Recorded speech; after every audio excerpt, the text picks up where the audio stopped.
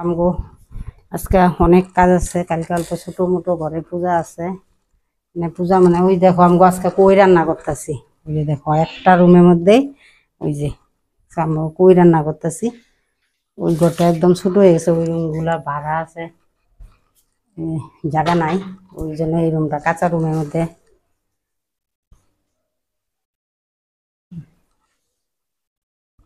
রোয়ানি করবো দাদা, দেখো আমাকে কাঁচা রুমটা, ওই যে রান্না করা রুমটা তো আমরা দেখছি, ওইটা হচ্ছে আমাকে খড়ির ঘর, ওই যে দোকানের লেগে খড়ি নেওয়া হয়। ওইটা দেখো ওই যে এমনি এক্সপায়ার হয়ে গেছে। ওইটা মানে ওই কয়েকদিন নিরামিষ। ওই আমার মানে পূজা, কালী পূজার থেকে, কালী পূজা তো হয়ে গেল, এখন আবার ওই যে ছেলের গলায় নগুনা ছিল, মানে পয়তা, এখন তো ওইটা নষ্ট হয়ে গেছে, স্বপ্নে দেখাইতেছে, মানে ওইটা ঠিক করা লাগে। ওইটার জন্য যে আজকে আমাকে 3 দিন হয়েছে নিরামিষ, একদম পুরা নিরামিষ ঘরে। এখন কালকে ওই যে ওইটা বলে আজকে মানে এই নিয়ম করতে লাগে, এই শুদ্ধ করতে, ওই মানে এটা ওই যে দেখায় রে নগুনটা, ওই যে দেখো এটা নগুন কালকে শুদ্ধ করবে, কালকে শুদ্ধ ওই কালকে নগুনটা ওইটার লেগে ওই যে আজকে পুরা নিরামিষ। 3 দিন হয়েছে, পরশু দিনের থেকে কালকে, পরশু দিন কালকে আজকে, ওই যে আজকে 3 দিন নিরামিষ খাওয়া হইতেছে। কালকে কাজ করা হবে আজকে, মানে ছেলে তো কিচ্ছু খাইবে না, খালি ফল ফলান্তি, সাবু, কাঁচা দুধ ওইগুলোই খাওয়া থাকবে। রাত্রে আবার ওই তারা দেখবে, তারা দেখে তারপরে ওই যে দুধ, দুধ খাবে না, ওই কলা আর ঘি দিয়া তারা দেখে নমস্কার করিয়া পরে খাবে সন্ধ্যার সময়। আর রাত্রে ফল খাবে।